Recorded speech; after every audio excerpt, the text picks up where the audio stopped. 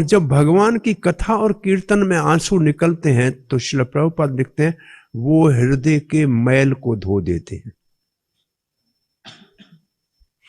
वो हृदय के मैल को धो देते हैं। एक बार भगवान श्री कृष्ण द्वारका में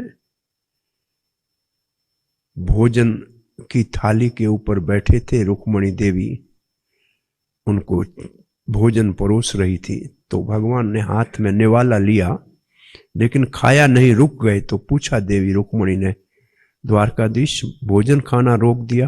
बोला संकट में एक हमारा भक्त संकट में है। बोला फिर दारू को बुलाओ, रथ के ऊपर जाओ। बोला रथ पहुंच नहीं पाएगा।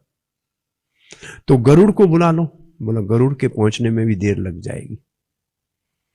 इतनी बात पूरी हुई और खाना शुरू कर दिया। बोला अब कैसे पहुंचे? बोला भक्त के आंखों से आंसू गिरे और भक्त के आंखों के आंसू सबसे स्विफ्ट व्हीकल है, वो ऐसा एक यंत्र है जिससे भगवान को तत्काल अपने पास और आकर्षित करना है। तो भगवान को जल्दी बुलाना है तो भगवान के लिए आंखों से दो आंसू गिरने चाहिए।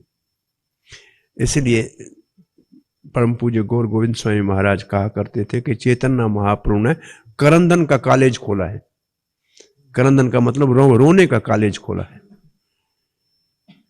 कि भगवान के लिए दो आंखों से आंसू गिरे हैं। हमने कई बार कई चीजों के ऊपर रोया है, धन नाश के ऊपर रोया है, किसी के मृत्यु के ऊपर रोया है, किसी के नाराज होने के ऊपर रोया है, लेकिन भगवान जिससे हमारा अनादिकाल से संबंध है उसका याद ना आने के ऊपर कभी रोना आया? एक जन्म के सारे संगी साथी और जो विषय हैं, वस्तु है, उनके लिए तो बहुत रोए हैं। अनादिकाल से जिसका हमारा संबंध है उसके लिए कभी रोए हैं? ऐसा भाव, ये असल में कीर्तन की सिद्धि है। कीर्तन की सिद्ध अवस्था क्या है? नयनम गलदश्रुधारया वदनम गदगद रुद्धया गिरा पुलकैर निचितम वपु कदा तव नाम ग्रहणे भविष्यति। ये है कीर्तन की सिद्धि। भगवान का नाम लें, आंखों से अश्रु धाराएं बहे, गला रुंध जाए, शरीर में रोमांच हो जाए, तो समझना चाहिए कि कीर्तन की सिद्धि की अवस्था में पहुंच गए हैं।